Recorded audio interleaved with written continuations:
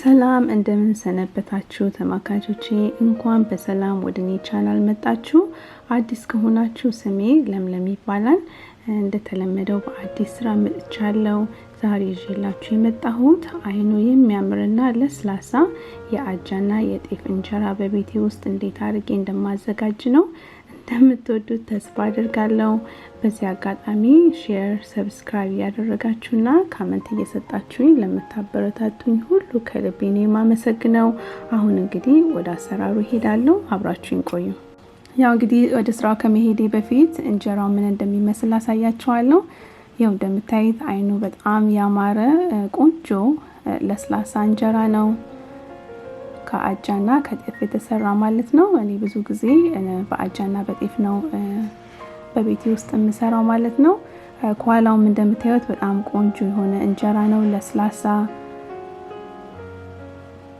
እና እንዴት አድርገን በቀላሉ በቤታችን ውስጥ እንደምናዘጋጅ አሁን አሰራሩን አሳያችኋለሁ ከኔ ጋር አብራችሁን ቆዩ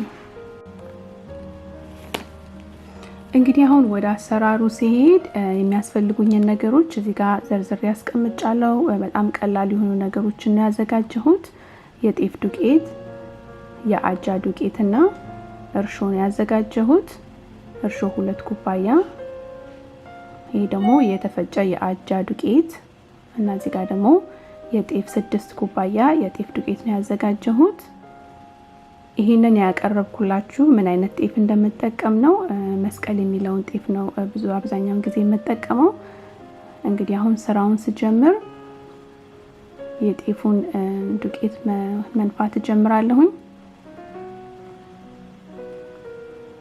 በጣም ንጹህ ዱቄት ነው እና በትነፉት ምንም አይነት ቆሻሻ ያወጣውም ግን ያው ሲነፋ በጣም ጥሩ ነው አየር ውስጥ ስለሚገባው ቆንጆ አይን ያወጣል ስለሚባል ነው የምነፋው እንጂ በጣም ንጹህ ነው ምንም ነገር በውስጡ አታገኙበትም 6 ኩባያ የጤፍ እህል ከዛም ደግሞ 2 ኩባያ እርሾ እና የግድ 2 ኩባያ እርሾ መሆን የለበትም ዝም ብላችሁ አንድ ኩባያም ግማሽ ኩባያም እርሾ ያላችሁን መጠቀም ትችላላችሁ እኔ 2 ኩባያ ስላለኝ ነው የተጠቀምኩት በርግጥ እርሾ 2 ኩባያ ወይ 3 ኩባያ ካላችሁ 3 ቀን መቆየት የለባችሁም በ2 ቀን ውስጥም መጋገር ትችላላችሁ ለምን ቶሎ ስለሚቦካ ማለት ነውና እና ትንሽም ቢኖራችሁ ምንም ችግር የለውም እና ጤፉን እንደዚህ አድርጌ በደንብ አድርጌ ውሃ ጠብ ያደረኩኝ በደንብ አድርጌ አሸዋለሁኝ ያው ሁላችንም እናውቃለን ጤፍ በደንብ ታሽቶ ሲቦካ አይኑም ለስላሴውም ቆንጆ ስለሚሆን ደጋግመን ካቦካ ነው በኋላ እኔ በኬክ መጋገሪያ በደንብ አድርጌ እመተዋለሁ አቅጥኜ በደንብ አድርጌ እመተዋለሁ ማለት ነው የሊጥ ማብኪያ ማሽን ካላችሁ እሱን ብትጠቀሙ በጣም ጥሩ ነው እኔ ስለሌለኝ ባለኝ ነው የምጠቀመው ስለዚህ በኬክ መምቻው በደንብ አድርጌ አንድ 10 ደቂቃ ያህል በደንብ አድርጌ እመተዋለሁ ማለት ነው እና የተጠቀምኩት ውሃ ቀዝቃዛ ውሃ ነው ሩም ቴምፕሬቸር ማለት ነው እና የማቦካው ቀጠና አድርጌ ነው ልክ እንደምጋግረው እንዲሆንልኝ ቀጠና አድርጌ ነው ማቦካው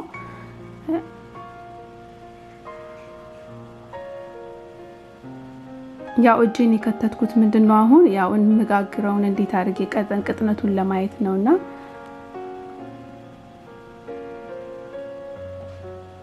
አሁን እንደምታዩት ቀጠና አድርጌዋለሁ ውሃ እየጨመርኩኝ ማለት ነው ከሚወፍርባችሁ ቢቀጥን ይሻላል ለምን ውሃውን በኋላ ስለምንጠቀመው ከበዛ ቢቀነስ ይሻላል ከሚያንስ ማለት ነው እና ያው ዳርዳሩን በውሃ ጠረግረግ አድርገውና ያው እንደምታዩት በጣም ቀጭን ነው አስቀምጠዋለሁ ለ3 ቀን ማለት ነው ከ3 ቀን በኋላ እንግዲህ እንደምታዩት ይሄንን ይመስላል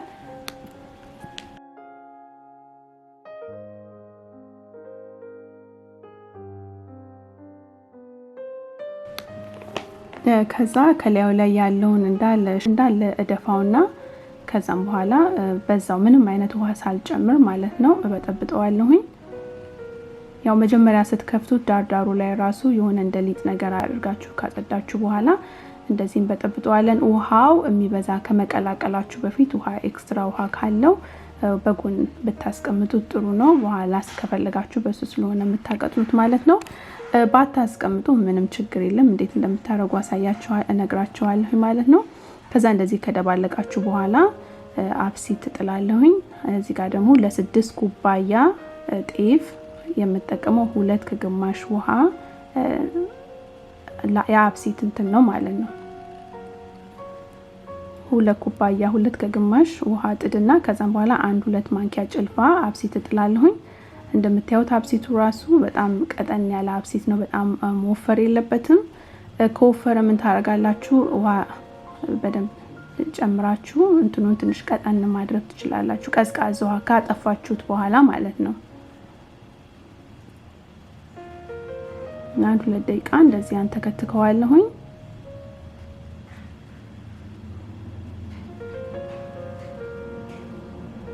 እና እንደምታዩት በጣም ወፍራም አይደለም፣ በጣም ደግሞ ቅጥን ያለ አይደለም። ከዛ እንደዚህ ካንተከተኩት በኋላ ላይክ 30 ደቂቃ ያህል በጣም ትኩሱን ወዲያው ግልብጥ እንዳላደርገው ትንሽ አረፋ አድርገዋለሁኝ ማለት ነው። እንዲያርፍ አድርገዋለሁኝ ተንፈስ እንዲል ማለት ነው።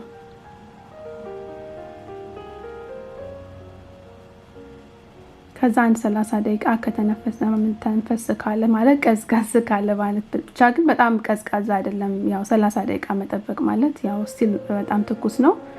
ከዛ ሊጡ ላይ ጨምረዋለሁኝ።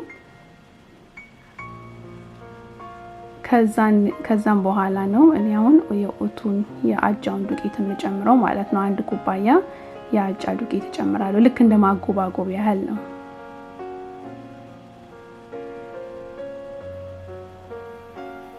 ከዛ አጃው ዱቄት ሲገባ ትንሽ እዚህ ጋር እንደምታዩት የአጃው ዱቄት እንደዚህ አይነት አጃ ዱቄት ነው።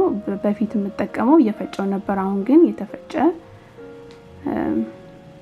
ሱፐርማርኬት ውስጥ ስላገኘሁኝ እሱን ነው የምጠቀመው። የትኛውም ሱፐርማርኬት ብትሄዱ ታገኙታላችሁ። ላይፋችሁን ትንሽ ቀለል ያደርገዋል። መፍጨት አይጠበቅባችሁም።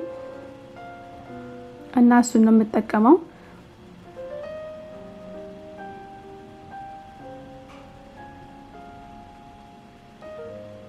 ከዛ የአጃው ዱቄት ደግሞ መቆጣጠርና የመጠባበቅ ጸባይ ስላለው በዚህ ማሽን በደንብ አድርጌ እመተዋለሁ ማለት ነው።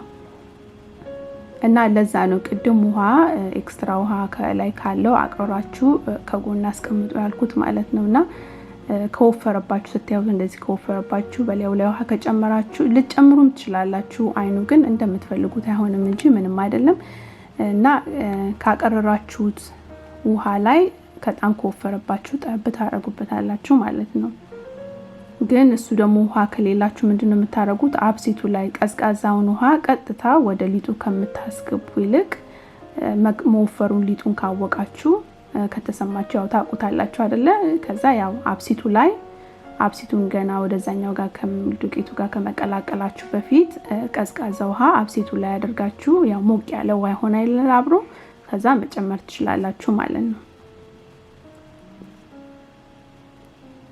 ምክንያቱም ቀዝቃዛ ውሃ ወዲያውኑ ወደ ሊጡ ሲደባለቅ ብዙ አይኑ እንደምንፈልገው አይሆንም። ይኸውላችሁ አሁን እንግዲህ እንደምፈልገው ሆኗል። በጣም ሙፍራም አይደለም፣ ቀጭንም አይደለም፣ ትንሽ ወፈር ያለ ነው። ለምን በኋላ ሲቆይ 6 ሰዓት ትንሽ መቅጠን ጸባይ ስላለው ለዛ ነው ትንሽ ወፈር ያደረኩት። እዚህ ጋር እንደምታዩት ከ4 ሰዓት በኋላ እንደዚህ ከውስጡ እየተከተከ ነው ያለው፣ እየፈላ ነው ያለው። እና እኔ ልክ በ6 ሰዓት ቆይታ ነው መጋግረው እስከ 8 ሰዓት ድረስ ጋግሬው በጣም ጥሩ ሪዛልት ነው ያገኘሁት። ያያችሁ ተንተክትኩ እንዴት እንደሚመስል በቃ እንደዚህ መንተክተኩን ካያችሁ that means በጣም በቃ ቆንጆ እንጀራ እንደሚወጣላችሁ ታውቁታላችሁ ማለት ነውና 1-3 ደቂቃ ያህል የተኮረፈረፈው እስከሚረግብ ድረስ እንደዚህ በደንብ አድርጋችሁ ታማስሉታላችሁ። ከዛ ረገብ ሲል የዛኔ ነው መጋገር የምትጀምሩት ማለት ነው።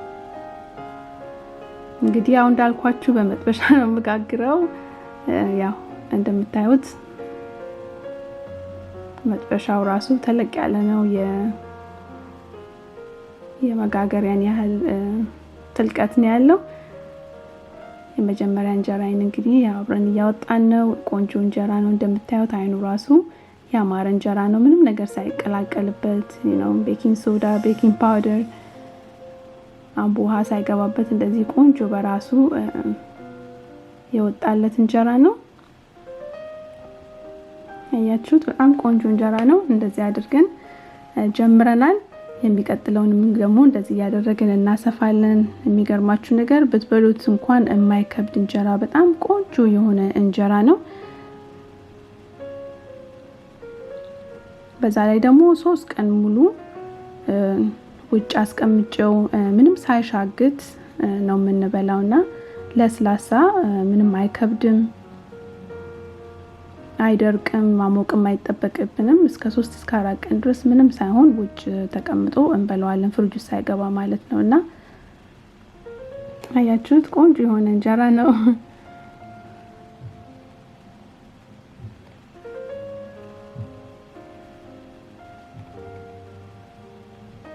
እና እንደውም ካሜራው በትክክል ፍለፊት ወደ ላይ ከፍ ካላደረጋችሁት በደንብ እንጀራውን የአይኑን እንትን አይልም እንጂ ይሁት እዚህ ጋር እንደምታዩት ያው ቅድምም እንዳሳየዋችሁ በጣም ቆንጆ እንጀራ ነው። እና ያው አስተያየታችሁን እንደጋግራችሁ ሞክራችሁ አስተያየታችሁን ብትተውልኝ በጣም ደስ ይለኛል። ጥያቄ ካላችሁም ደግሞ ኮሜንት ላይ ብትተውልኝ ጥያቄያችሁን ለመመለስ በጣም ደስተኛ ነኝ። ለዛሬ ያሰብኩት ስራ ይሄንን ይመስላል።